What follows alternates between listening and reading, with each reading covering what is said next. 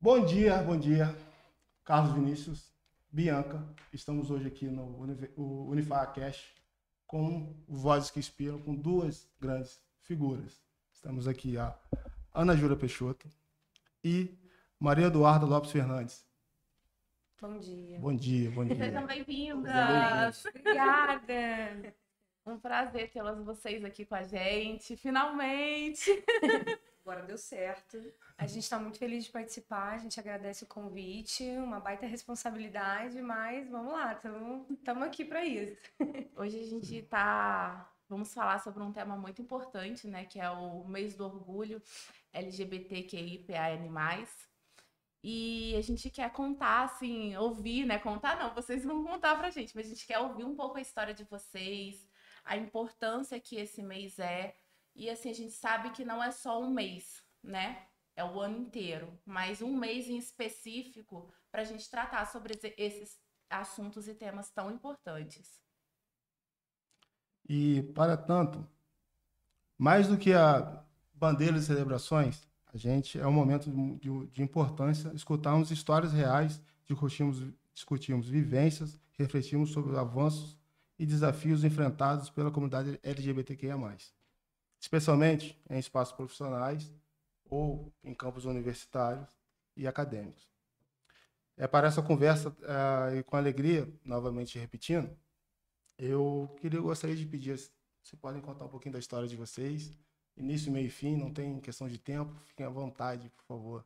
Vou falar isso. A história dá um podcast só dessa história. Quer começar? Bom, posso começar. Na verdade, assim, a nossa história, primeiro como casal, né, já se deu dentro do ambiente universitário, né? A gente se conheceu na universidade que a gente fez a graduação, que é a Universidade Federal Rural do Rio, né? A gente vai falar aqui rural porque já é a nossa casa, toda a vida profissional acadêmica nossa foi lá. E a gente se conheceu lá na graduação, como amigas, a gente não é da mesma turma. Eu sou de uma turma um ano anterior à sua, mas acabou que a gente se encontrou num momento perfeito, assim, da vida, né? Porque eu passei um ano fora, né? E esse ano foi o ano importantíssimo, foi o ano marco na minha vida pessoal, na verdade, mais do que até profissional. Fiquei um ano estudando fora, mas foi um marco na vida pessoal, porque quando eu voltei foi quando eu realmente me assumi, né? Dentro da universidade. E aí foi aí que eu comecei a tentar buscar o meu nicho dentro da universidade, porque eu tinha amigas, mas assim, não tava confortável, sabe? Não tava num ambiente que eu ainda me sentia segura, livre. E aí quando eu já voltei com essa ideia de que não, eu preciso me juntar a pessoas, a colegas, enfim, encontrar pessoas que me permitam essa liberdade. E graças a Deus foi tudo muito natural, né? Quando eu voltei, eu já estava um pouquinho mais atrasada, porque eu perdi entre aspas, né? Acabei perdendo um ano e quando eu voltei, a gente tava na mesma turma, porque né, ela é um ano depois de mim, né? E aí a gente estava mais ou menos fazendo as mesmas disciplinas e aí nos conhecemos. E temos amigas, na verdade, conheci amigas dela, né? Que eram da comunidade LGBT. E aí acabamos nos conhecendo por conseguinte. Isso. Bom, vou começar me apresentando, né? Ana Júlia, que ela já começou falando.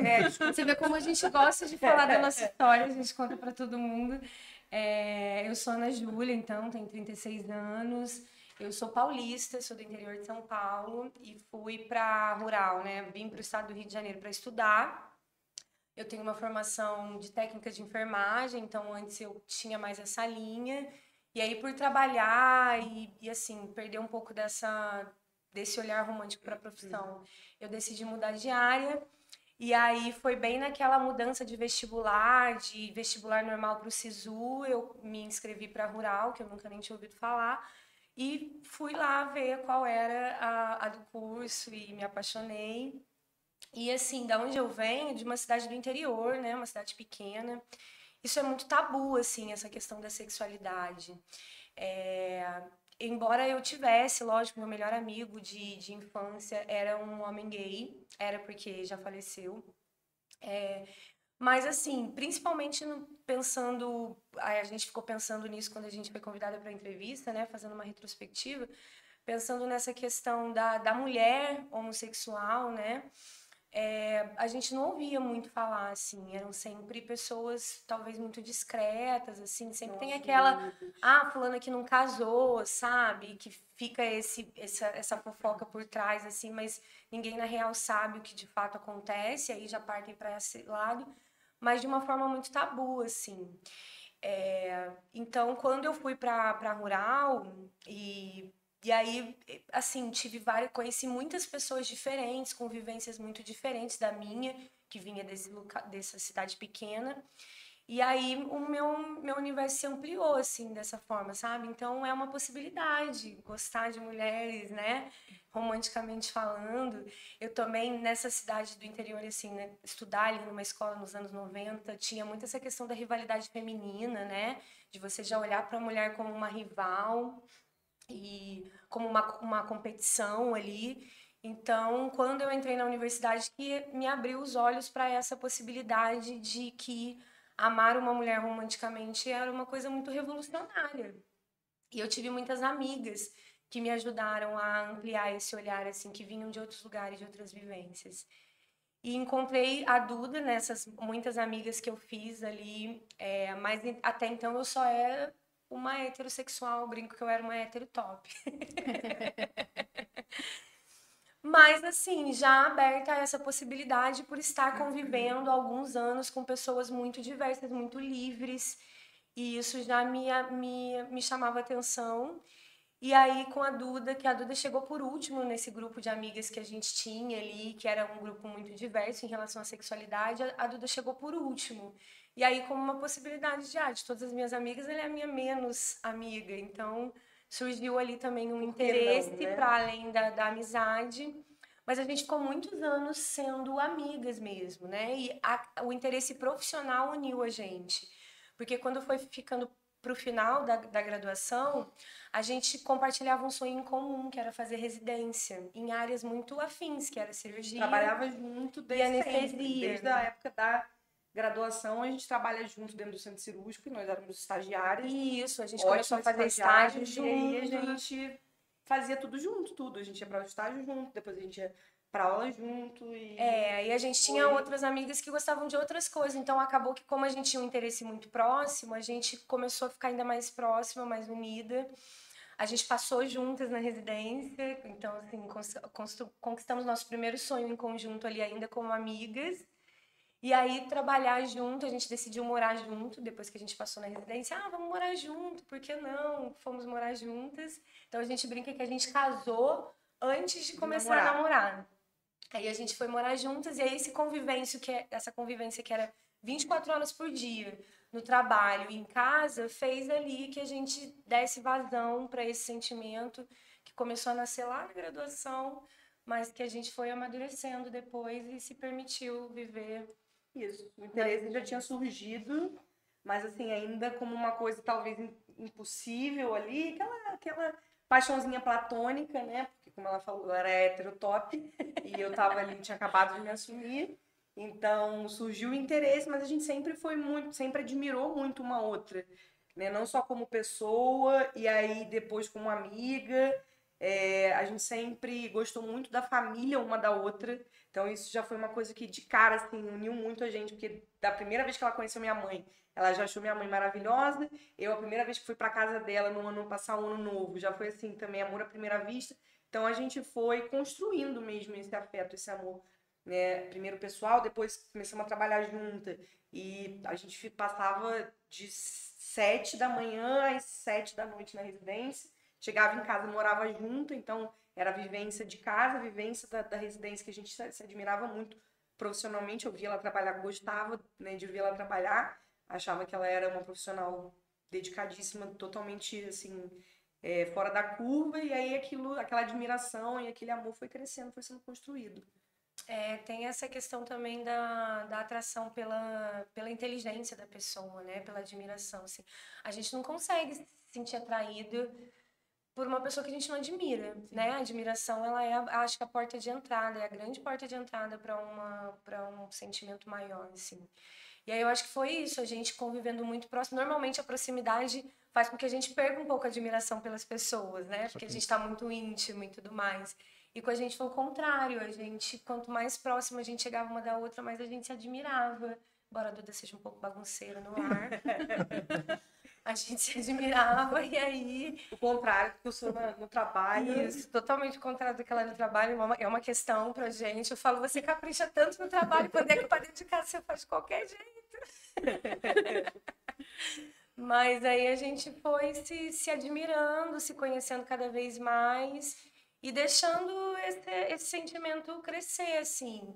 E aí a gente virou uma equipe mesmo, porque a gente trabalha junto, e a gente se dá super bem no trabalho juntos. E também em casa a gente trabalha e divide tarefas e... Diz que a gente casa e fecha negócio, né? Isso, eu falo isso para os alunos, vocês têm que casar e fechar negócio, que é um cirurgião e uma anestesista, e também essa parceria dentro de casa, assim. E eu não tinha vivenciado uma relação com outra mulher antes, então, para mim foi uma coisa maravilhosa, transformadora realmente, assim, porque é completamente diferente, é uma outra forma de se relacionar com uma pessoa e é transformador mesmo. Eu me sinto mais poderosa por ter me permitido amar romanticamente uma outra mulher, assim, e admirar sem essa questão que é tão introjetada na gente desde sempre da rivalidade feminina, né? Então, acho que isso... Do preconceito, né? Do preconceito, da discriminação. Acho que a gente, embora, assim, ao longo da nossa vida, a gente vai conversar sobre isso acadêmico e tal, a gente sempre foi colocada muito nessa posição de competição, de comparação uma com a outra, né?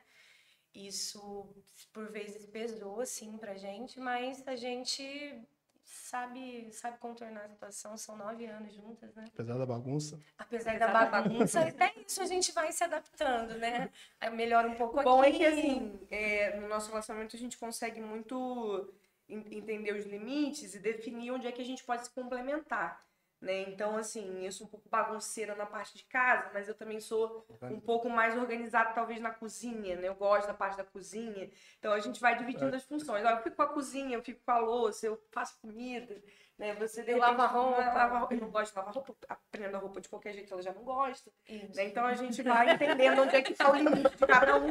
Eu não gosto que prenda a roupa mal, então ela pega mais essa parte. Eu gosto da comida de uma certa forma. E assim a gente vai... Interessante que ela não falou nada de você. É porque, assim, né? Eu sou excelente dona de casa. Ela é ótima dona de casa, realmente. Ela é ótima dona de casa. Mas em casa, às vezes, eu penso que eu quero um pouco descansar, assim. A gente é tão exigido no dia a dia, no trabalho, né? A gente lida ali com a vida do animal de forma pungente ali, né? Na cirurgia, na anestesia. Acabou que eu não comecei me apresentando, né? Mas eu tenho 33 anos, sou Maria Eduarda. E eu decidi seguir na veterinária a parte de cirurgia de pequenos animais, né? E ela de anestesiologia. Então a gente lida com um ambiente muito agressivo, né? Em alguns momentos ele talvez um pouco tóxico também, ainda mais porque a gente decidiu seguir a carreira acadêmica, né? A gente sabe quanto a carreira acadêmica pode ser um ambiente tóxico, né? Pode ser muito libertador, mas também pode ser tóxico. Então eu me sinto assim no direito de em casa poder ser um pouco mais talvez bagunçada, sabe? Já que no trabalho eu sou tão, né, séria, comprometida, organizada, né? Mas é uma dualidade, é porque é a Maria e é a Eduarda, né? Então, como eu tenho nome duplo, nome composto tem dupla personalidade. Mas não é nada que interfira, a gente já se adaptou nessa rotina. Olha, eu, assim, adoro vocês, a faculdade adora vocês, os alunos. É muito bom vocês estarem aqui compartilhando para todo mundo a história, pessoas que ainda não tiveram oportunidade de saber. Eu adoro a história de vocês. Eu acho, assim, uma coisa muito bonita, sabe? É inspiradora. Você olha, você vê essa parceria sendo construída, essa amizade, encontro de almas, né? Isso, como que almas gêmeas. Isso aí. É impressionante como a vida faz, né? Tudo se encaixar e ser do jeito que tem que ser. Agora, assim, explorando essa parte do que juntou, né, o pessoal ali junto com o profissional e o acadêmico, tá tudo junto ali. Isso é muito legal também, né, porque poderiam ter seguido coisas ali diferentes e não, tá todo interligado. Né? E existia uma grande possibilidade disso acontecer porque como eu falei, eu sempre fui muito acadêmica, né? Desde a época do colégio. Eu venho de uma família de militar, né? Então, eu venho de uma família extremamente rigorosa e conservadora. E eu fui um ponto fora da curva dentro dessa família. Então, a gente acaba buscando subterfúgios para dizer, não, eu sou sapatão, mas eu sou muito inteligente, né? Então, eu acabei me agarrando nisso, né? Eu sou gay, mas eu sou muito inteligente, sempre fui muito bem no colégio, sempre fui muito esforçada. Então, hoje eu sei que isso é um subterfúgio, isso foi ótimo para mim, né? Não tenho o que reclamar, mas sempre foi um subterfúgio, né? A Duda é diferente, mas, pô, ela é muito boa, ela é muito dedicada, né? Ela sempre foi muito bem. E aí eu sempre entrei na faculdade com esse objetivo acadêmico. Sempre gostei de dar aula, sempre gostei de ensino e fui buscando pesquisa e também gostei. E a extensão, e eu desde muito cedo sabia que eu ia seguir carreira acadêmica. E quando a gente se juntou, a Ana Júlia é uma pessoa muito prática ali. Então eu achei que em algum momento, realmente, talvez depois da residência, a gente fosse separar. Ela sendo uma super anestesista aí do mercado do trabalho e eu seguindo a minha carreira acadêmica, que era alguma coisa que eu já vinha traçando desde sempre. Eu venho de uma família humilde, né? De uma cidade do interior, como eu disse para vocês. Então, assim, eu nem sabia que existia essa possibilidade de eu fazer doutorado, ser professora, sabe? Assim, eu tenho ótimas referências, assim, no sentido de pessoal, assim, né? Mas poucas referências no sentido profissional, na minha família, assim, na minha convivência, do lugar onde eu vim. Então, assim, fui fazer faculdade, querendo uma profissão para trabalhar, ganhar dinheiro, né? Pagar as contas, ser feliz. Esse era o plano. E ali, ao longo da graduação, assim, né, muito também, obviamente, por mérito meu, as portas foram se abrindo, eu fui vendo outras possibilidades, mas eu nunca tive esse perfil, enquanto a Duda sempre foi uma pessoa muito ali, já sabia o que queria, e eu ia... É aquela coisa, quando a gente nasce, assim, num lugar menos privilegiado, qualquer porta que abrem pra gente, a gente quer entrar, né, pra não perder a oportunidade de maneira nenhuma. Então, eu fui entrando nas portas que foram me abrindo. E aí eu me vi dentro da pós-graduação fazendo mestrado e, por que não doutorado, né? E aí comecei a procurar esse trabalho para ser professora e tudo mais. Tive a oportunidade de fazer um concurso aqui para a FAA. E aí me descobri professora, mas foi assim, difícil no começo, assim. Eu tinha essa questão da autossabotagem, como a gente chama mesmo? Tem um nome que a gente chama de síndrome do impostor. Isso, tinha muito isso, assim, sabe? Eu era técnica de enfermagem, o plano era ter ficado na minha cidade, agora eu sou professora, doutorado, será que eu vou conseguir? Será que eu mereço? Será que eu mereço pertencer a esse espaço? Então, teve isso bastante no começo. Então, assim, nesses momentos onde... Então tá, vou fazer residência, consegui, vou fazer residência. Então, residência é ok. Aí depois da residência eu vou embora trabalhar. Vou sair pro mundão aí, fazendo anestesia e tudo mais. Ah, Ana Júlia, e o mestrado? Me abriram a porta. Eu falei, bom, abrir eu vou entrar, agora fazer mestrado. E aí eu fui indo. Então, assim, se talvez a gente não tivesse passado juntos na residência, a gente não estaria aqui. Provavelmente. Eu passei em outros locais, em outras residências, em outras universidades, então talvez a gente também não teria... Né? Os caminhos, eles foram acontecendo dessa forma, mas existiam vários ICs, sabe? Eu já fui mais projetada para estar aqui hoje, né? Assim, como a Ana Júlia falou, já vem de uma família mais de privilégios, né? Sendo uma mulher branca, classe média alta, apesar de ter uma família mais conservadora. Eu já tinha aquilo desde sempre. Meu avô, minha avó, não. Se você passar na faculdade, e faculdade pública, então já tinha aquilo, né? Então, isso já era uma coisa que era cobrado. Não, você tem que passar para a universidade pública, depois você tem que ser diferenciada, né? Isso talvez até seja uma questão hoje para mim, assim, porque... a minha família não entende, algumas pessoas ainda não entendem essa questão da vida acadêmica, né? Nossa, mas por que você não para de estudar? Chega de estudar, né? Vai atuar, né? Vai virar uma grande cirurgiã, abre tua clínica, né? Mas, assim, às vezes a pessoa precisa, né, de um amadurecimento para compreender, né? Que eu tô onde eu quero estar e não é por conta de dinheiro, né? Não é por conta de nada. Não é menor do que qualquer outro lugar, né? Exatamente, exatamente. Essas vivências diferentes da gente enriquecem também a relação, né? A gente pode trocar, assim, de visão, assim. Às vezes a gente tem uma visão limitada a partir da nossa vivência, do que a gente cresceu, e aí vem ela e me oferece uma outra perspectiva, desse lugar de um pouco mais de privilégio, e a gente vai trocando experiências, e eu acho que isso enriquece bastante também a nossa vivência, e o que a gente pode passar para os nossos alunos também, né? Porque a gente tem um pouco desses dois panoramas, embora eu considere que nós somos um casal muito privilegiado também. E falando sobre isso, existiu alguma surpresa ou resistência de alunos ou colegas de trabalho nesse sentido, ao saberem que é um casal, que são um casal, e pela posição, assim, tipo, falaram, teve alguma resistência? Olha, a gente sempre agiu dessa forma muito natural, assim, pra gente. Então, assim, eu vou fazer uma entrevista de emprego, eu vou passar por um concurso, como recentemente aconteceu.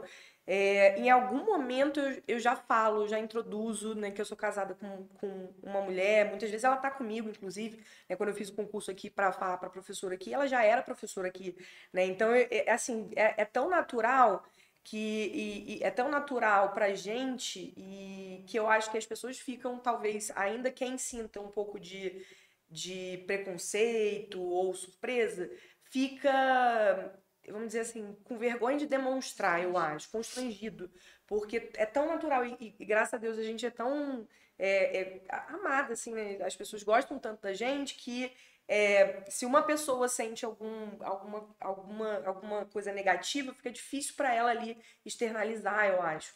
Então, eu nunca senti dentro de um ambiente profissional, assim, de fato, nenhuma emoção negativa, mas a gente já sentiu certa surpresa, assim. Dá para ver no rostinho dos alunos, principalmente recentemente ela teve que dar aula para mim, para os alunos do primeiro período, né? Que eu fiz um procedimento cirúrgico, e aí a gente tem essa parceria, né? Eu falei, bom, eu vou ter que ficar 2 semanas em casa por causa da cirurgia, e eu preciso que você dê aula para mim, né? E aí ela se desdobrou e deu aula para mim no primeiro período.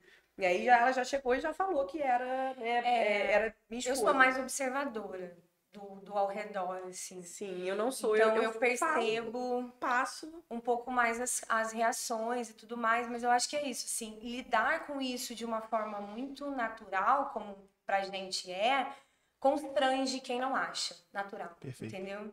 Então se impor de uma forma muito tranquila, como qualquer outro casal, como qualquer outra relação, constrange quem não acha natural. E é exatamente essa forma que eu tento fazer essa abordagem sempre com os alunos, e é logo de cara, e isso é sempre em tudo que a gente vai fazer profissionalmente.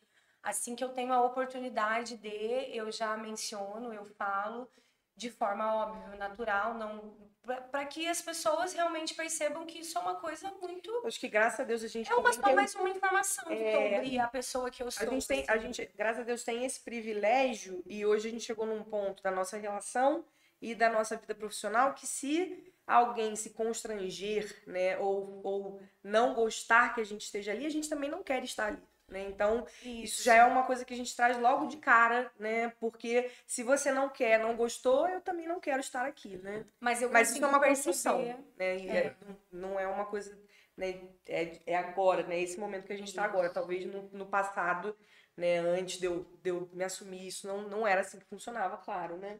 Mas eu consigo perceber os alunos quando a gente fala, assim, inicialmente, principalmente os alunos do início, assim, eles se olham, alguns eu consigo perceber, assim, um sorriso de uma representatividade mesmo, de uma, assim, tipo, um aluno olhando para o outro, assim, e alguns um pouco espantados, assim, tipo, já jogou logo de cara, assim, sabe? Porque eu fiz essa brincadeira, né? Eu falei, a professora da disciplina, a dona da disciplina é a professora Maria Eduarda, mas como uma boa esposa, subordinada que sou, brincando assim, vim aqui dar aula para vocês, porque sim, porque ela me pediu, gentilmente obrigou. Então, brincando assim com eles, já levo na brincadeira, eles sorriem também, mas eu consigo perceber uma outra cara de espanto. Mas a veterinária em si é um nicho bastante machista, né? Uma profissão que antigamente a gente chega a olhar naqueles quadros que eles colam de formandos assim nas paredes das universidades mais antigas, tem uma, duas mulheres no máximo ali, né? Quando tem, às vezes Quando você chega tem. em salas de chefia, assim, de congregação, direção, nas paredes Muito são homens brancos, masculino, sim, né? um ambiente A muito grande masculino. maioria das vezes. Mas ainda, isso vem mudando com o tempo, mas quando a gente fala de cargos de chefia, de cargos de posição, assim, de posições de poder, ainda é uma profissão bem masculina. Mas assim, a gente, como é o que a gente estava falando, a gente chega ali de uma forma natural e é isso mesmo, e que não gostar, que se constrange e saia, porque pra gente é muito tranquilo, muito natural. Já aconteceu, inclusive, de alunos externarem, né?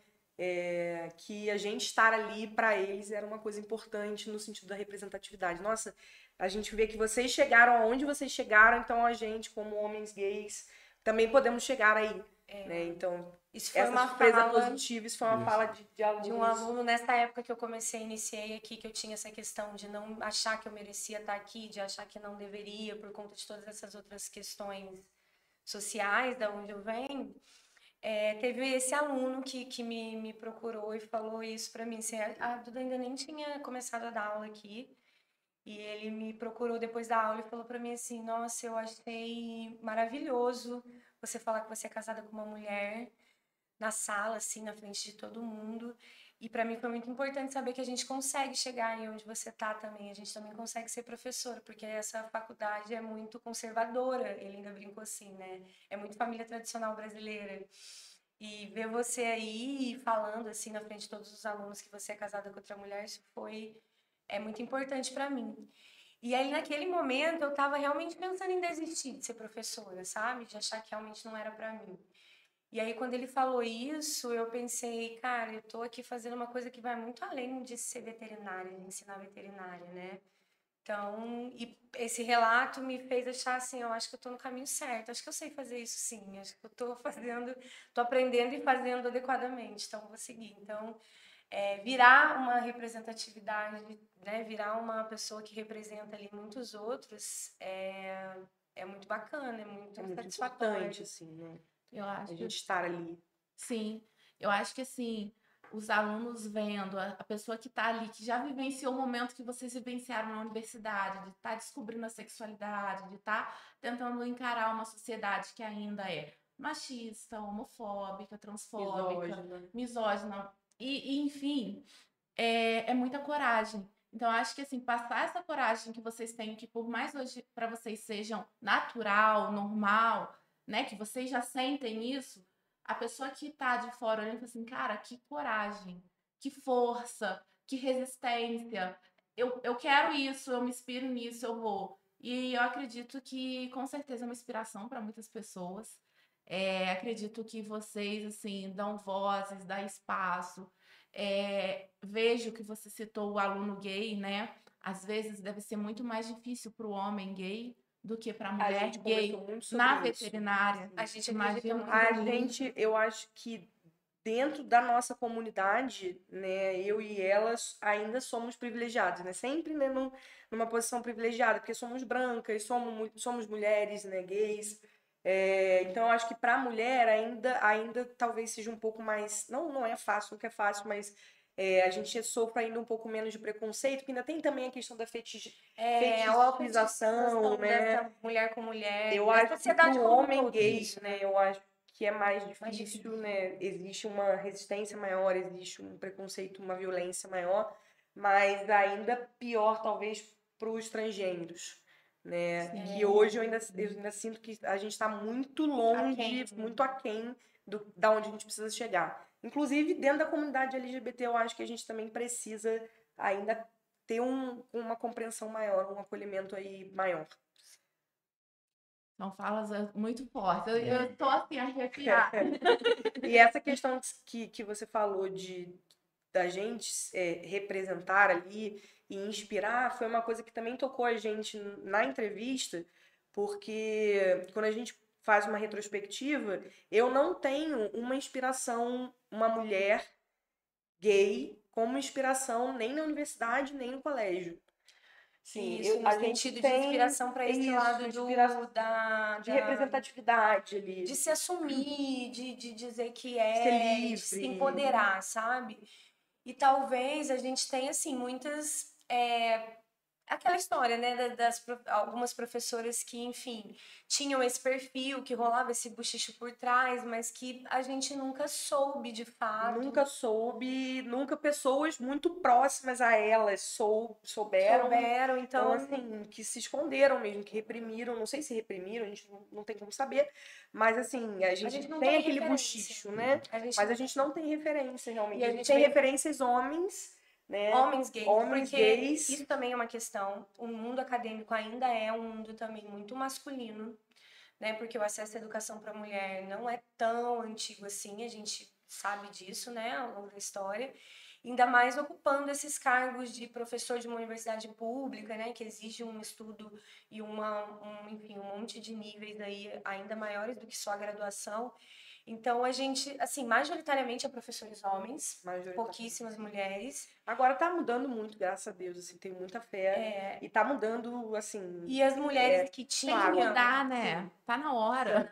Vamos ocupar nossos espaços. Os últimos concursos todos só passaram mulheres, então daqui a 20 anos a gente vai ter, espero eu, né, um panorama diferente. As poucas professoras que a gente tinha, mulher, elas queriam também pertencer, né, ao local. Então elas acabavam referências mulheres, mas não nenhuma delas libertas. Talvez não, eu acho que não. Eu acho que assim, elas queriam pertencer àquele espaço, queriam conquistar o respeito porque estavam no meio de muitos homens, então ser essa mulher, mãe, dona de casa e que também é professora, é profissional, acabava, lógico, também conquistando o respeito desses homens ali, porque são mulheres, né, normativas, assim, que estão ali dentro daquele padrão da sociedade. Dão conta de tudo. Então, eu acho que também por isso a gente não tem esse referencial de mulheres, assim, porque as mulheres que chegavam eram poucas e as que chegavam queriam estar dentro do padrão para conquistar esse respeito e sentir merecedoras desse espaço. Mas a gente teve alguns exemplos de professores homens mesmo, que eram livres e que tratavam a sexualidade com muita naturalidade, sim. E que foram inspirações pra gente. Isso. Mas me assustou a gente não ter essas referências, né, quanto mulheres, e me assustou não ter referências no colégio, né, porque a gente também, durante a nossa conversa sobre o roteiro, né, a gente conversou muito e a gente falou muito de universidade, mas eu acho talvez porque eu suprimi muito a parte do colégio, porque na universidade já é um ambiente um pouco, né, que existe um preconceito, existe uma violência, mas menos, porque eu acho que as pessoas são mais diversas, são mais instruídas, mas do colégio é um ambiente muito hostil, né, com a gente. Então, assim, e ainda é até hoje um ambiente muito hostil. Então eu suprimi, e aí eu realmente não tenho referências no colégio. Aí eu até conversei com ela que eu tinha uma professora de português e literatura que a gente gostava muito e que talvez ela pudesse ser uma referência, e a gente considerava ela na época porra louca. Ela é porra louca. E aí, pensando hoje melhor, não, ela não era porra louca, ela era uma mulher livre, né? Ela se permitia. E a gente tinha isso, talvez, não sei, os pais ali falando, essa professora é porra louca. E não, de repente ela era uma super referência. E ela, quando eu lembro, ela destaca, assim. Talvez eu tenha subestimado ela, né? Mas o colégio é um ambiente muito hostil pra gente ainda, assim. A gente ainda sofre muito bullying, ainda sofre muita violência física, emocional, etc. Então, assim, das duas, uma, ou você perde o seu rendimento, ou você quer melhorar seu rendimento para se destacar no rendimento, né? Então, eu acho que o colégio, para mim, foi uma época sofrida, assim, academicamente falando. A gente tem que pensar que os professores de colégio, eles foram educados ali na década de 90. Uma educação conservadora. Uma educação muito conservadora e não tem esse preparo para lidar com essas crianças muito diversas, né? E aí quem se destaca muito, ou porque é muito afeminado, ou porque é muito masculinizada, acaba sofrendo muito bullying e a escola não sabe lidar com isso, né? É muito agressivo. Eu, na época do colégio, eu não tenho essa, foi o que eu falei pra Duda, eu não tenho essa vivência porque na época do colégio eu estava ali dentro da Matrix, né? Tava ali dentro do comum de uma menininha heterossexual, cheia de rivalidade feminina com outras mulheres, que é uma coisa que, enfim, foi muito introjetada em mim. Acho que na década de 90, quem cresceu na década de 90 cresceu com essa mentalidade de que a outra mulher é sua rival automaticamente. Cruel, né? Meninas malvadas. Meninas malvadas. A década de 90. A gente não assiste assim. Então, eu pertencia talvez a esse nicho aí. Já eu era totalmente assim. Eu sempre fui uma mulher. Eu sempre fui uma mulher desfeminizada, né? Eu sempre fui uma mulher desfem. Então, acaba que eu sempre fui um pouco o estereótipo da sapatão, né? Desde o colégio, ainda que eu não tivesse me assumido no colégio, né? Eu sempre fui o estereótipo, né? Então, sempre sofri violência por conta disso. Sobre o sapatão, eu acho que é importante a gente falar que ela já soltou um ali no meio e tal. E às vezes, por exemplo, a minha mãe, quando eu falava isso no início, minha mãe falava, ai, que horror. Não fala assim, não fala assim de você. Porque antigamente isso era pejorativo. Hoje a gente se apoderou desse termo. E esse termo, pra mim, falar que eu sou sapatão, né? Parece que eu sou uma mulher, muita coisa, um mulherão, sabe? Pra mim, sapatão é sinônimo de mulherão. Então, por isso que a gente fala isso de forma natural, às vezes assusta um pouco as pessoas, mas porque a gente se apoderou dessa palavra que antes era pejorativa, antes era usada para xingar a gente, para violentar a gente, e hoje a gente é um sinônimo de poder mesmo, de sim, sou sapatão. Demorou um tempo para nossas mães se acostumarem. Até hoje elas ficam meio...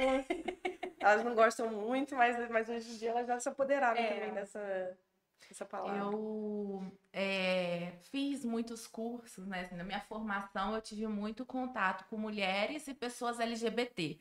Então, para mim, assim, eu vejo muito, eu via muitos amigos sofrendo essa questão da aceitação com a família, essa questão de você se assumir, e até mesmo de saber se é isso que quer, se é isso que não quer. Às vezes você, assim, tá acostumado, né? É obrigado ali, imposto a você.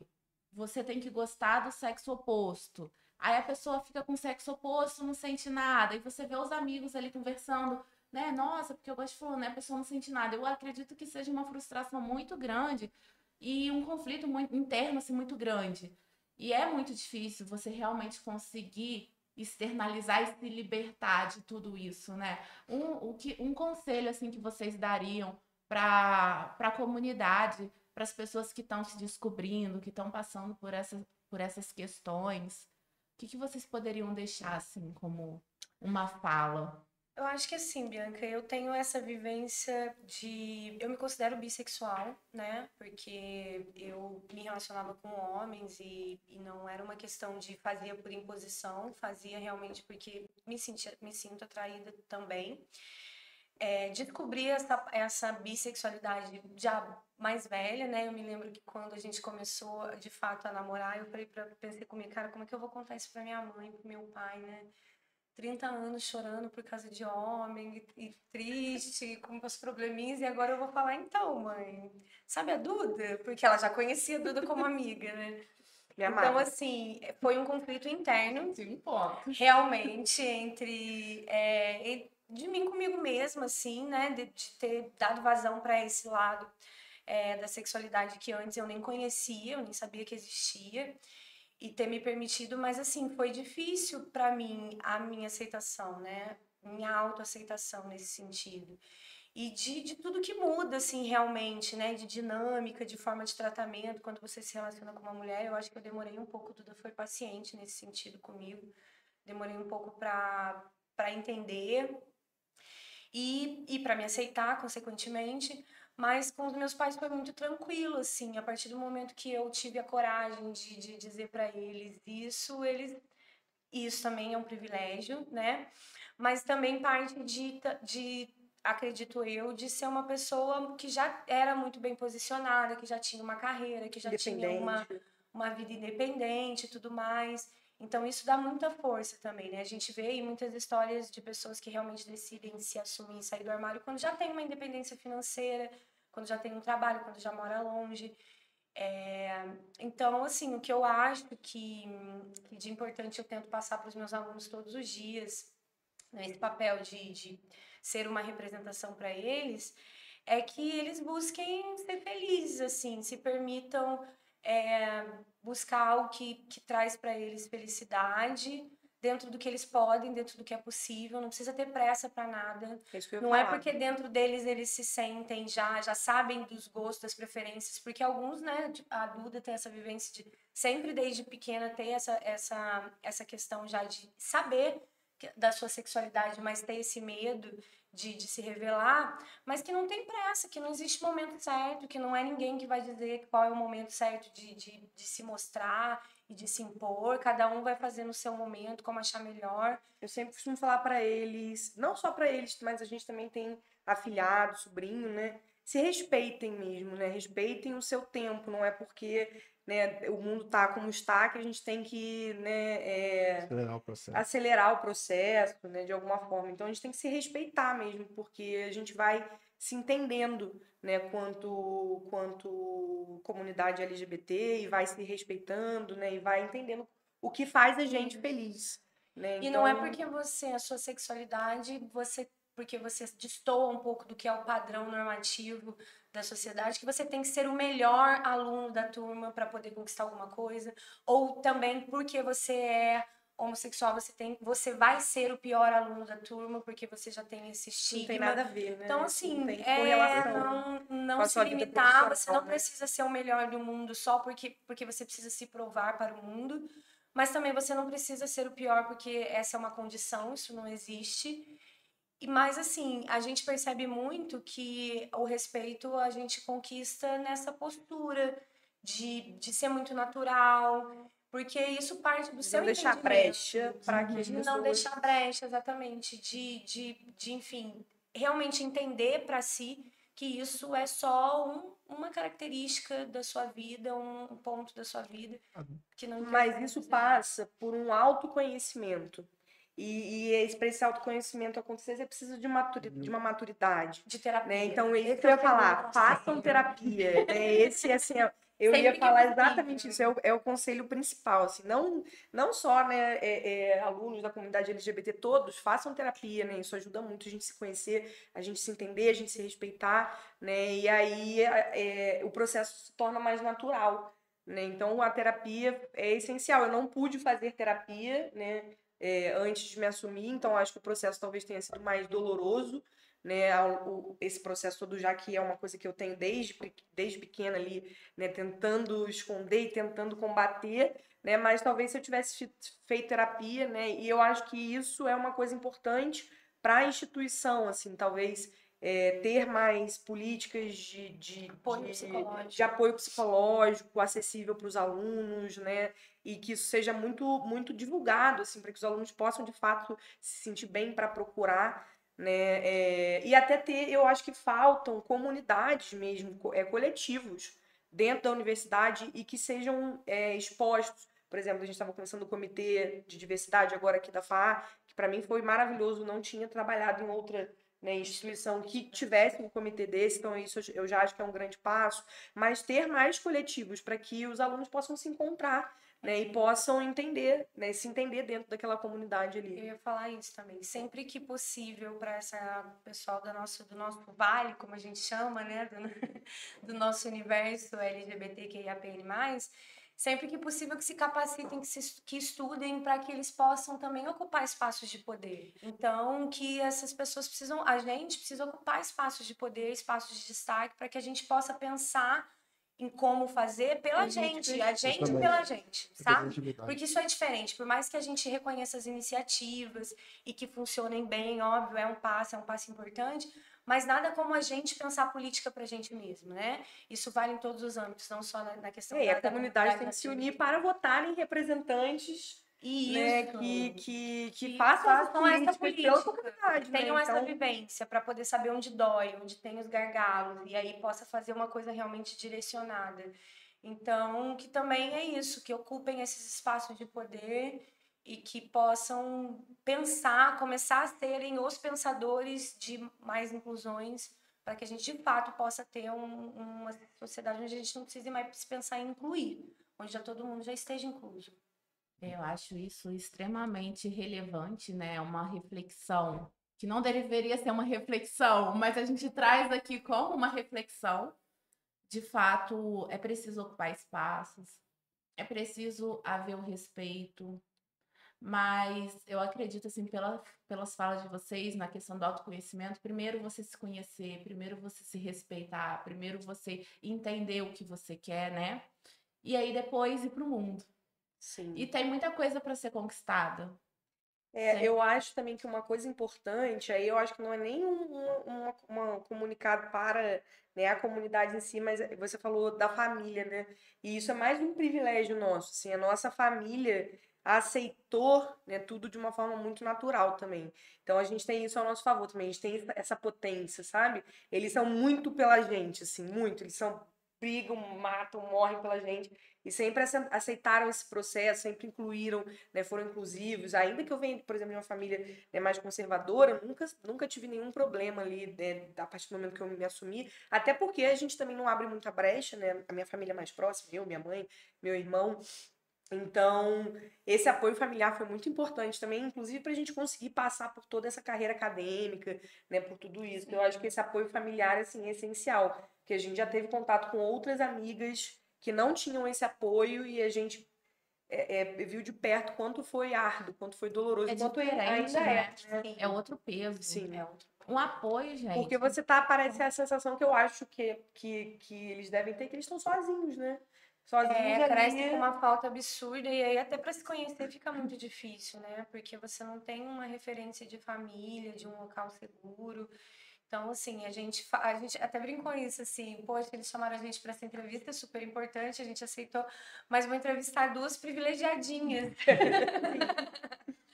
Que a gente se considera realmente dentro dessa comunidade, onde a gente ouve muitas vivências e tal, a gente sabe que a gente ocupa um lugar de muito privilégio, né?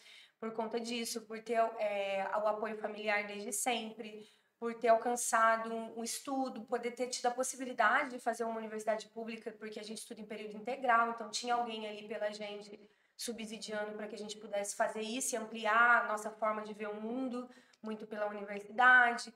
A gente vem, né, nós somos duas mulheres brancas, a gente vem dessa posição já de privilégio desde sempre.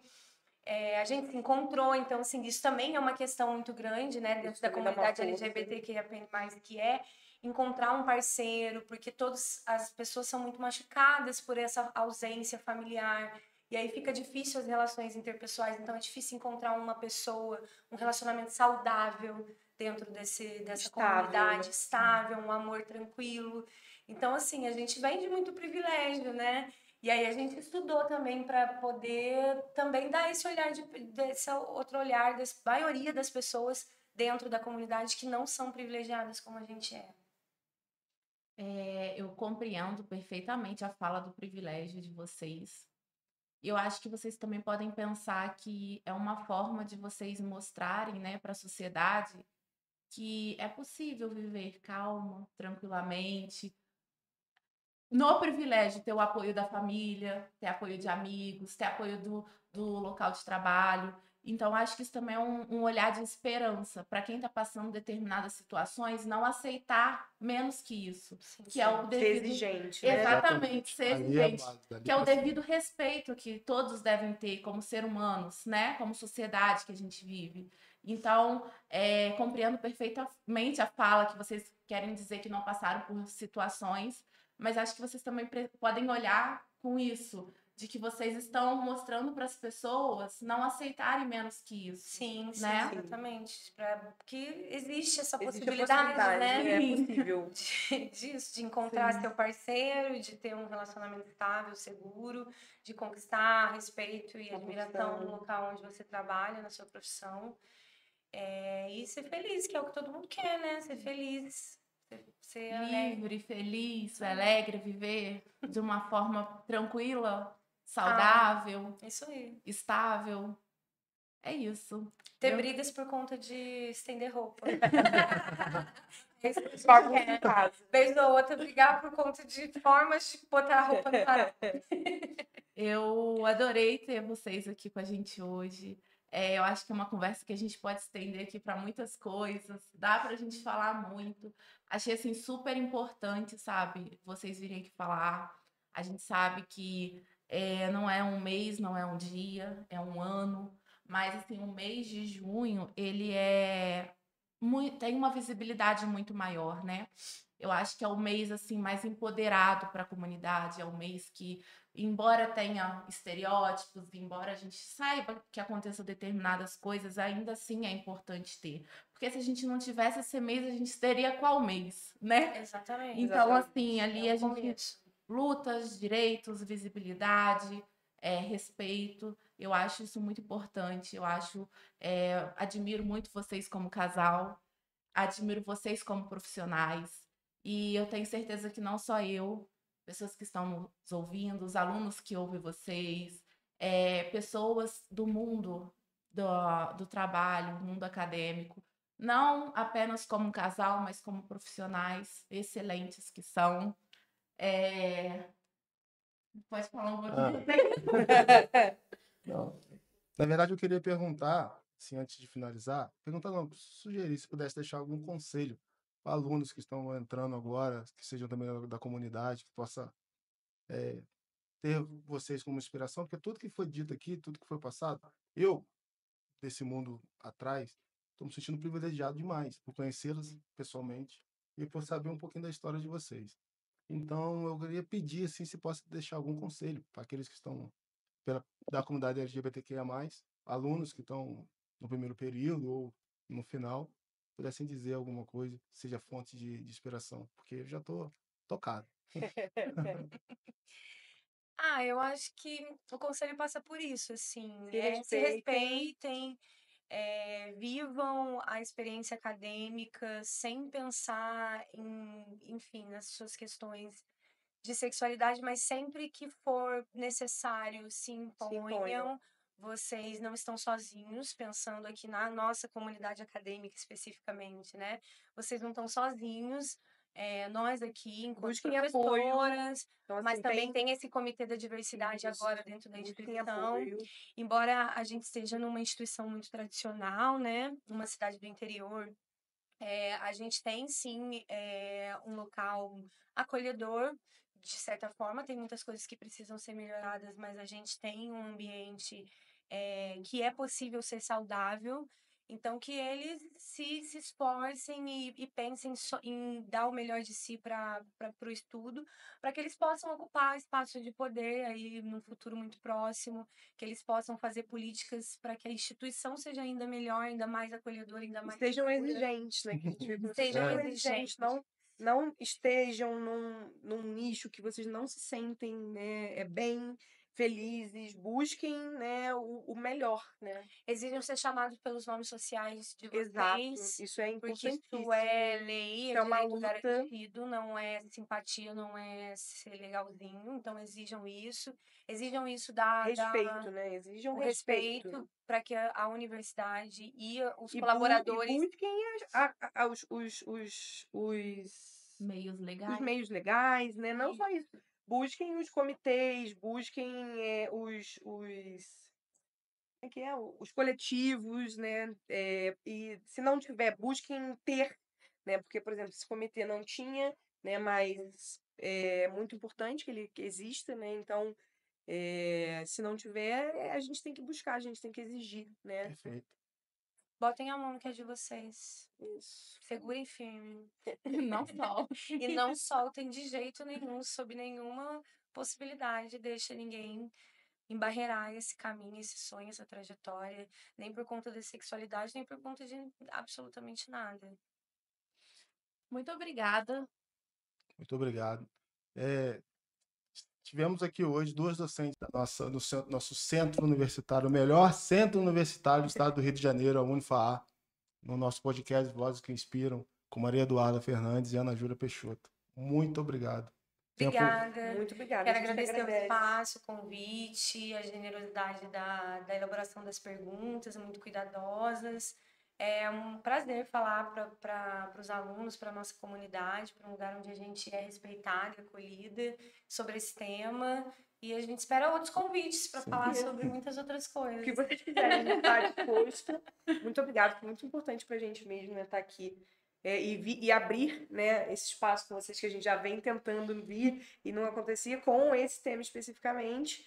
E queria me colocar à disposição de vocês sempre que for necessário e também dos alunos pro que for preciso. Isso aí. Quero agradecer especialmente Bianca, que é uma Bianca amiga nosso pessoal, exatamente, que a gente conheceu, que foi um dos presentes que a Fá deu pra gente, a Bianca e a família da Bianca e Bianca, família. que tem uma mãe maravilhosa, extraordinária, que é nossa aluna, uma irmã incrível, um padrasto... Que deveria vir aqui conversar como é ser mãe, exatamente. Né, ser uma mulher mãe acadêmica. Mãe acadêmica. Verdade, olha, tem porque muito a gente tem muitas mães como essa aqui, e eu não sei como é que elas conseguem, sinceramente. Isso, e pra gente é muito inspirador ver a Bianca, né, que é, poxa, filha da nossa aluna, a gente tem um carinho imenso e ver ela crescendo profissionalmente, ganhando esse destaque aqui, podendo conduzir um projeto muito bacana, assim. Lindo, eu tô muito feliz de estar aqui sendo entrevistada por você, que é uma pessoa que eu tenho muito carinho e é uma profissional maravilhosa. Ainda vai ser uma advogada incrível. Mulherão. Eu sou suspeita. Assim, tô imensamente feliz, com o coração muito alegre. E eu acho que a gente estreou da melhor forma possível, com as duas, falando de um tema super importante. Assim, gratidão à vida por conhecer vocês, por ter, assim, essa oportunidade de conhecer, estar presente, né, na vida de vocês, além muros. E vocês são pessoas incríveis e vocês merecem tudo de bom. A comunidade merece tudo de bom. Eu acho que, assim, todo mundo, né, merece ser feliz, independente de tudo. Todo mundo merece respeito. E eu acho muito importante vocês virem aqui mostrar que é possível, né? Mostrar que é possível encontrar o amor, encontrar a calma, encontrar seu espaço na sociedade, no profissional, aonde vocês quiserem ser. Então, assim, muito obrigada mesmo por aceitarem os convites. A casa está aberta. Eu sei que vocês, assim, são muito empenhadas em questões de pesquisas e a gente está muito empolgado em poder trazer um dia aqui projetos, pesquisas, que tem muita coisa boa para a gente falar. Muito obrigada aos ouvintes, obrigada a vocês, obrigada ao Vinícius. Obrigado, Bianca, obrigado a vocês. Obrigada a todos. Vamos encerrar aqui mais um Vozes que Inspiram, saindo com um coração colorido e cheio de amor e alegria para dar. Fiquem conosco e sigam nossas redes unifá.cast.